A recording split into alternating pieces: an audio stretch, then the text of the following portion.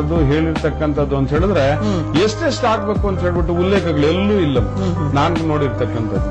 ಅದು ಭಗವಂತನ ಅನುಗ್ರಹದಿಂದ ಮಾಡ್ಲಿಕ್ಕೆ ಸಾಧ್ಯ ಆಗಿದೆ ನನ್ನ ಕೈಯಲ್ಲಿ. ಅದನ್ನ ಬಿಟ್ರೆ ಬೇರೆ ಯಾವ ರೀತಿಯಲ್ಲೂ ಮಾಡ್ಲಿಕ್ಕೆ ಆಗೋದಿಲ್ಲ. ನೋಡಿ, ಒಂದು ಹೇಳ್ತೀವಿ, ಯಾವುದೇ ಒಂದು ಗಿಡವನ್ನು ಕೀಳಬೇಕು ಅಂತ ಹೇಳಿದ್ರೆ ಅದಕ್ಕೆ ನಕ್ಷತ್ರ ನೋಡ್ಬೇಕು, ತಿಥಿ ನೋಡ್ಬೇಕು, ವಾರ ನೋಡ್ಬೇಕು, ಪ್ರತಿಯೊಂದನ್ನು ನೋಡಿ ಅದಕ್ಕೆ ನಿರ್ದಿಷ್ಟವಾದ ರೀತಿಯಲ್ಲಿ ಪೂಜೆ ಮಾಡಿ ತದನಂತರ ಆ ಗಿಡವನ್ನು ತೆಗಿಬೇಕಾಗತ್ತೆ. ಕರೆಕ್ಟ್. ಆದ್ರೆ ನಮ್ಮವ್ರು ಏನ್ ಮಾಡ್ತಾರೆ ಅಂದ್ರೆ ಹೋದ್ರ ಕಿತ್ರ ತಂದ್ರ ಅದನ್ನ ಮಾಡಿದ್ರ ಅಂತ ಬರುತ್ತೆ. ಅದ್ರಲ್ಲಿ ಏನಾಗುತ್ತೆ ಅಂದ್ರೆ ಅದು ಫೇಲ್ಯೂರ್ ಆಗುತ್ತೆ. ಯಾಕೆ ಅಂತ ಹೇಳಿದ್ರೆ ಅದನ್ನು ಸಹ ಒಂದು ಪ್ರಾಣಿ ಆಗಿರೋದ್ರಿಂದ, ಅದಕ್ಕೆ ಪ್ರಾಣ ಇರೋದ್ರಿಂದ ನಾವೇನ್ ಮಾಡ್ಬೇಕು ಅಂದ್ರೆ ಅದನ್ನು ಮೊದಲು ಒಲಿಸ್ಕೊಂಡು ತದನಂತರ ಅದನ್ನ ಬಳಸ್ಕೋಬೇಕು. ಆವಾಗ ಏನಾಗುತ್ತೆ ಅಂದ್ರೆ ಅದಾಗತ್ತೆ. ಎರಡನೇದಾಗಿ ಏನು ಅಂತ ಹೇಳಿದ್ರೆ ನಾವು ನೋಡ್ತಕ್ಕಂಥ ಮೆಟಲ್ಸ್ ಏನಿದೆ, ಆ ಮೆಟಲ್ಸ್ ಆಗ್ಲಿ ನಾನ್ ಮೆಟಲ್ಸ್ ಆಗ್ಲಿ ಅದನ್ನ ಶುದ್ಧೀಕರಣ ಎಂಬತಕ್ಕಂಥದ್ದು ಮಾಡಬೇಕಾಗುತ್ತೆ.